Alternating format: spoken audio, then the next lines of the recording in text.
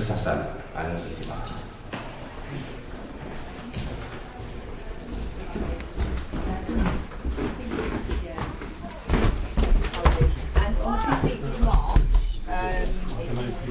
Pete's birthday today. Et en gros, on l'attend et on peut voir que le cours a déjà commencé, on arrive en retard, la faute à mon train. Donc on va essayer de prendre la chose en cours et essayer de quand même le rencontrer, voir 2-3 applications avec lui et puis peut-être le revoir un petit peu plus tard dans la semaine tout simplement. Donc voilà, on se voit à tout à l'heure.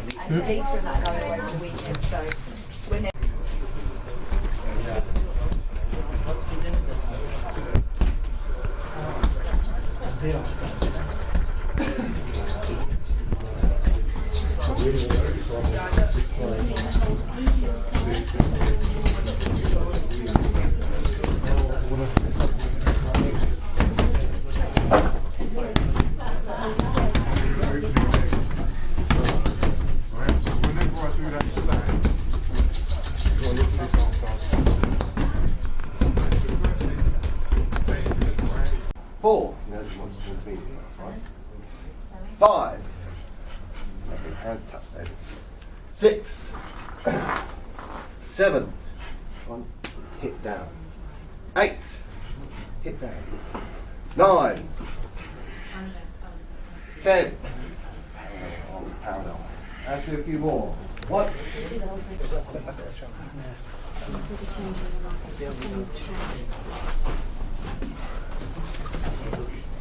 Don't pivot roses. You got step. Step. Ah, sorry. Step. It's like a circle step. Yeah? Okay, circle step.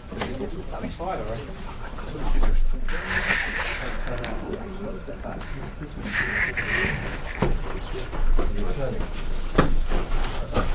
Yeah. His head's still attached. Just step. That's how the yank can send you out through the other side of the building.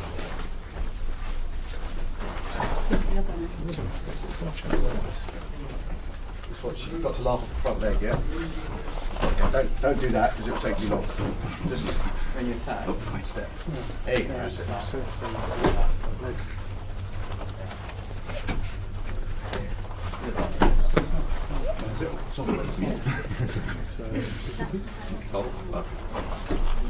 Oh, is that 5? Everyone done 5?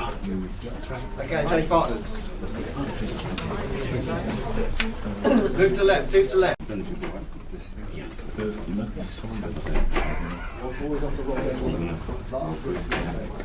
No, no, it's okay. You know, if you slide in it. Yeah, okay. So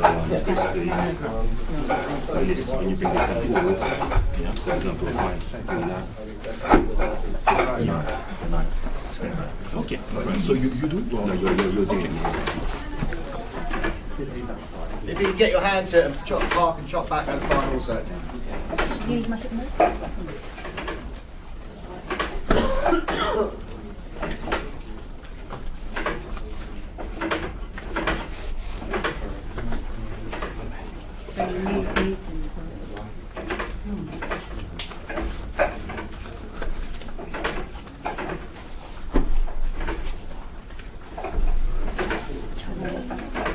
No, it's 5 each. Yeah. You turn it right. Relax. Punch.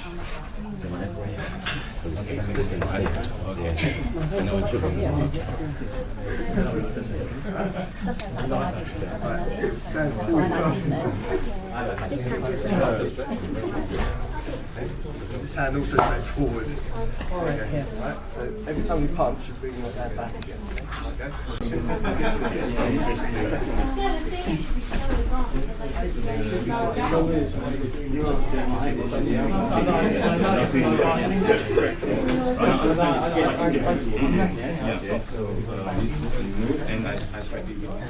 Yeah, because how to say that? We want to see you for make just a little interview, 5 or 6 questions. Yeah. Because we have internet site blog. Yeah, right. Because he ran a school in Paris. Okay. Yeah. Good. Yeah. And we have an internet site. and I'm in this association too. Questions? So you've got 6 questions. 6 questions. So first question, basic question. How did you start martial arts? You know, why you say I'm gonna make Wing Chun or martial arts? Well, I've been teaching as a child, training. That's a bit strange, wasn't it? No, I started martial arts training as a child, but I actually started Wing Chun training when I was 16. So I was 16 years old when I started Wing Chun, and that was just by coincidence. So I just had a friend that trained Wing Chun. Before that, I used to train judo. So I was a judo player, and I was doing judo, and I wanted to learn more self-defense, and I wanted to learn something which was quite good and had a lot of striking. And my friend, because I was a judo player, said, "Oh, why don't you come down and do some kung fu?" He didn't tell me it was Wing Chun. He just said, "Oh, come down and do some kung fu." So I went along, and at the time, my Sifu, who's still my Sifu now, even after nearly 30 years, was doing an open day, talking a little bit about Wing Chun and explaining and showing 1-inch punch and bang, hitting and contracting. And I was really interested, so I joined, and that's how I got into Wing Chun. So it chose me. Wing Chun chose me. I didn't choose it. Really, it was just luck. So that's how I got into it. Okay, nice one. And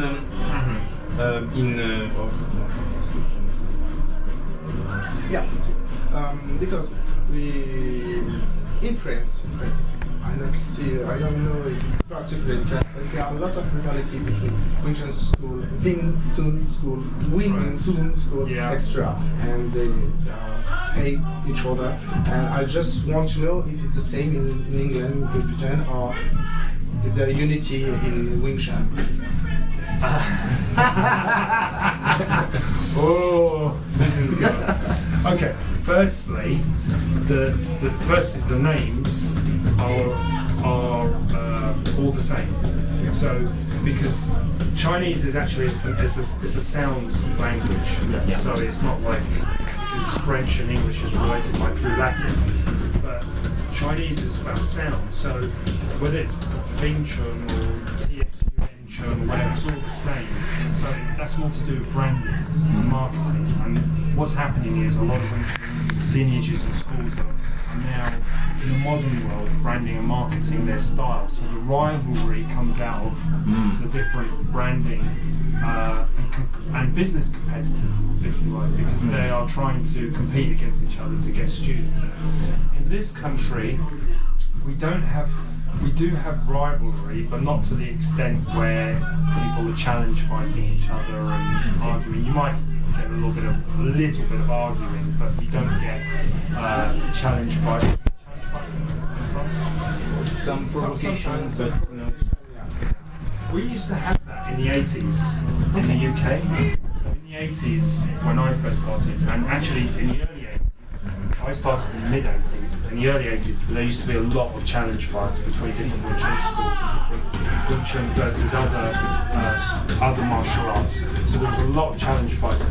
So we, in this country, already been through that stage of fighting amongst ourselves.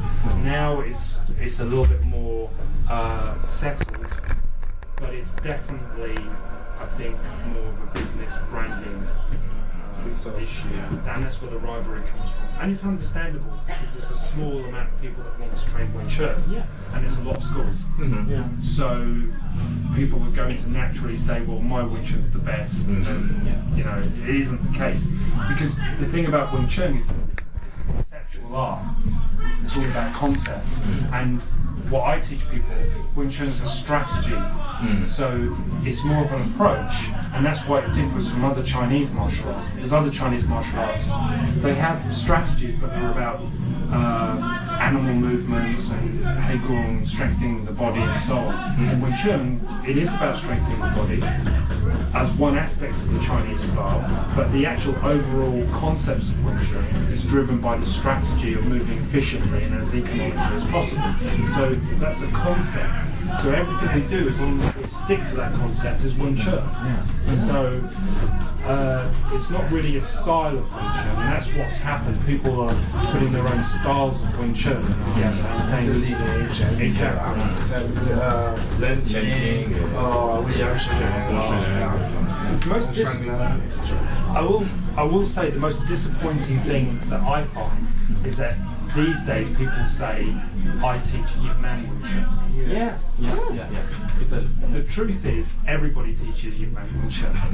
Okay? Because in the West, most of Yip Man students left Hong Kong and moved to the West. They went to, obviously, to Europe, they went to England, they came here obviously, they went to Canada, America and so on. So everybody teaches, even the people that do Learn Ting was under Yip Man. So it's all Yip Man lineage, so there's no distinction, we're all doing the same. What's different though is the differences between the Wing Chun you find in the mainland in China, in southern China, is very different to the Wing Chun you get in Hong Kong. So what we do is Hong Kong Wing Chun. Even what you go is Hong Kong Wing Chun. Yeah. But what they do in China is very different to the Wing Chun we do. Have you ever seen Chinese Wing Chun? In the video, quickly. Yeah, very different. It looks like Wushu, doesn't it? Yeah. So that style of Wing Chun is very different. So you can say in the West there's really not much difference between what we do. Does that answer your question? Yeah.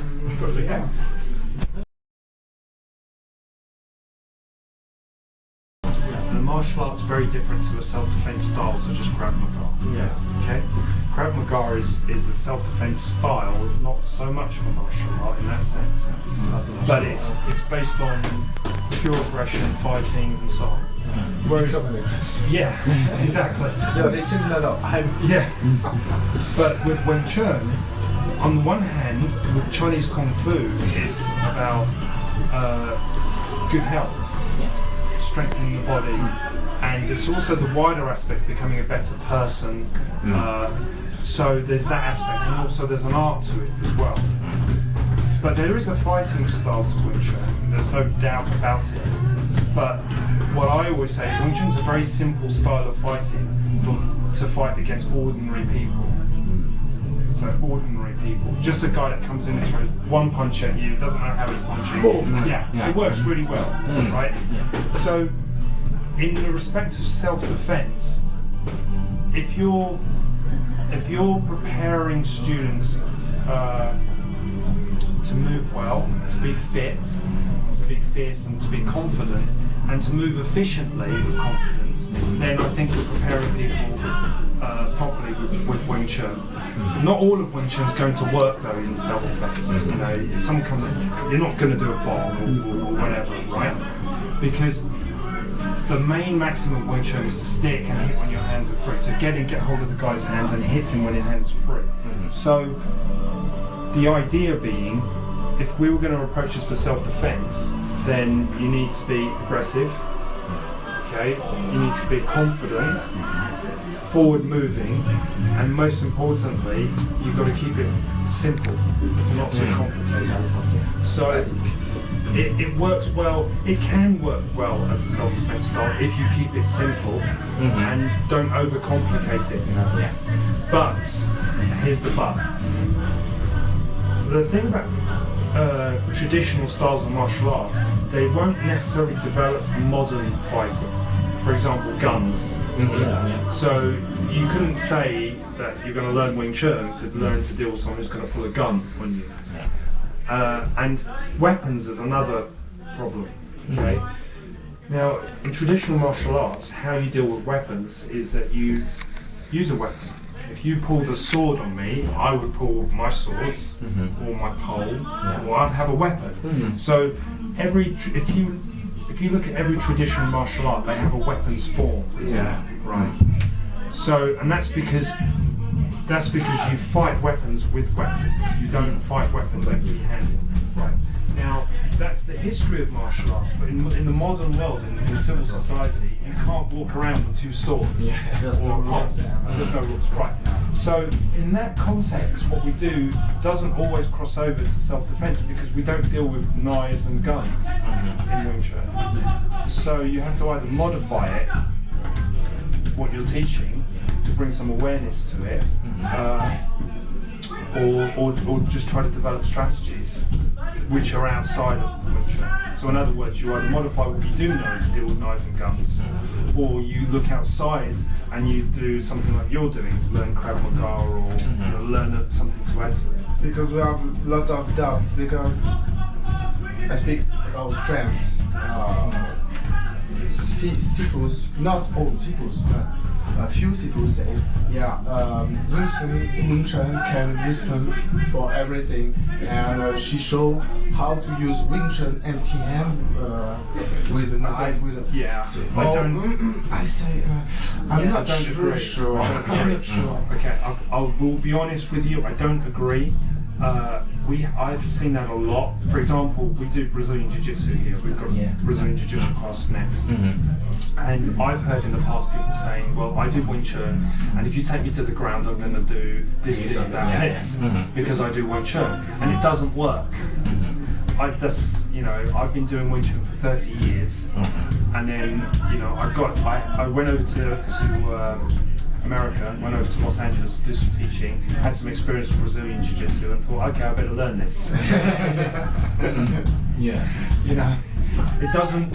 What we do doesn't translate in a literal sense to other styles of fighting. So Wing Chun doesn't translate to ground fighting. Okay, it doesn't translate to dealing with boxing in the same way. Okay? I'm not saying it can't be used. What I'm saying is you can't apply everything we do in Wing Chun and say, right, this will work for a boxer, this will work for a kickboxer, this will work for a wrestler, and this will. It doesn't work like that. If you want to be able to deal with someone who's a boxer, then you have to learn how to box, and then you have to take out what you do in Wing Chun to relate to that person. Exactly. Okay. And if you want to learn how to deal with a wrestler, then you have to learn something about wrestling, take out what you do in Wing Chun to deal with, and maybe adapt it slightly, not change it, but just adapt it slightly to make it work. So the stuff I do with dealing with boxing is Wing Chun. But what I look at is boxing's about timing and movement and distance. There's a video on YouTube. The first one I see. So what I've done is I take out the issues of timing. How do we use timing in Wing Chun, and then learn how to adapt that to dealing with someone that's doing that with us. And but it's not changing Wing Chun. It's still using the same concepts: efficiency, directness. There's no big movements, there's no jumping kicks, backflips, it's still Wing Chun, but it's all about timing and understanding how to shut the space down, how to get in and get hold of the hands. So it doesn't directly, I don't agree with the earlier statement that when people are teaching Wing Chun they can say this works against this. It doesn't, it's a dangerous way to teach. Especially if you were going to say, and I know something about Brazilian Jiu-Jitsu, I'm a black belt in Brazilian Jiu-Jitsu. So I would say, and sometimes I shake my head because I will hear people that do Wing Chun will say, well, if you try to take me down, I will elbow you and I'll do this and I'll do that. And it doesn't work like that. If someone wants to take you down, they'll trick you. What they'll do is they'll punch, drop under, take your leg, and then they'll pin you in such a way you can't move, and then there's no strikes or whatever. Like a response, go to the ground and hit the groin. And I've seen them do that. Their way of opening the guard is to knee into the coccyx and the groin. I've seen that. And it's I mean, Krav Maga is really popular because it's a very simple formula for people to learn. You know, if someone comes up with your bottle, you do this. If someone comes up with a knife, you do this, and so on and so on. The Jiu-Jitsu, this is going off slightly, but the Jiu-Jitsu we teach here is very similar. The stuff we're going to do, you can stay and watch it. We're going to do some Jiu-Jitsu after this, but it's self-defense based. Similar sort of idea. If they move like this, you do this. If they move like that, you do this. Wing Chun doesn't work like that. The thing about Wing Chun, it's a way of teaching your body to respond automatically without thinking, and that's great. That's fantastic. It's fabulous. It's a great way to fight. I mean, I still teach it. I still love the style with a passion. I still train because what Wing Chun does is it teaches you to fight and defend yourself without thinking. It's all automatic and it's all conscious. You just have a strategy. That's all. Right? Keep it simple and that's it. With Jiu-Jitsu, for example, I don't know if it's the same in Krav Maga. It's much more of what we say contingency. I don't know what the French word is for contingency. Do you know contingency? Circonstance. Contingency. Yeah. So with Jiu-Jitsu, and I don't know if it's the same for Krav Maga, if you try one move and they move another way, then you have a plan B. And then if they move another way, you have a plan C, and then so on, a plan D. And that's how Jiu-Jitsu works. Very practical. With Wing Chun, there's no contingency. You flow from one to the other without thinking, and in that respect it's a good fighting style because it shortens the time of response. You just do it. You just do it. And we have lots of fantastic training exercises, you know, Chi-Sao being one of them. It gives you the tactile to move. What's the other questions? That was a long answer. 2 more questions. Yeah. Do you want to ask me at the end? Do you want to stay and watch the Jiu-Jitsu and then you can give me the questions at the end? It's up to you. Just one question, and after we have to go because we have no more time. That's fine. The last one about the degrees. When you have some Wing Chun practitioners, you give to them some diploma or you know, right. And for you, what does it mean? It's a reward because the guy is coming and training hard and try to do stuff, or for you is it representing a real level? Oh, is this level and okay, good. Okay, you know. This is a personal opinion. I'm going to give you my personal opinion. Right. Firstly, Chinese martial arts don't have gradings. It's a Japanese system that came primarily from judo. It is valuable because, in the sense that it gives people something to aim for. So they've got a tangible, you know, this is a white belt, this is a yellow belt, this is a, and so on, right? But nowadays it's much more for making money, really, for people to motivate one thing, but to make money really out of. Keep the student longer. It keeps them longer. It does keep them longer. But what it also does with some schools that are not operating as they should do, they'll insist that grading's coming up and you've got to do more classes, you charge more money, and so on. So belts generally can be a good thing to motivate. For example, Brazilian Jiu-Jitsu, they have belts, but you have gradings, but you don't pay for the gradings. So it's much more a merit on your ability. With Wing Chun, in the way that we run our organisation, we don't have belts. What we do is we have classes. So we have beginners classes, students training together, intermediates training together, and advanced students training together. They have to take a test to get into the right class to make sure that everybody's the same standard. And it's a fair process that you ask them to demonstrate some skills. They don't have to fight anybody and win. So to move from the beginners to the intermediates, they just have to demonstrate centerline punching, turning punching, footwork, and the ability to be able to do it. To move from the intermediate to the advanced, they have to be able to demonstrate for us the whole first form, a complete understanding of it with the energy and so on.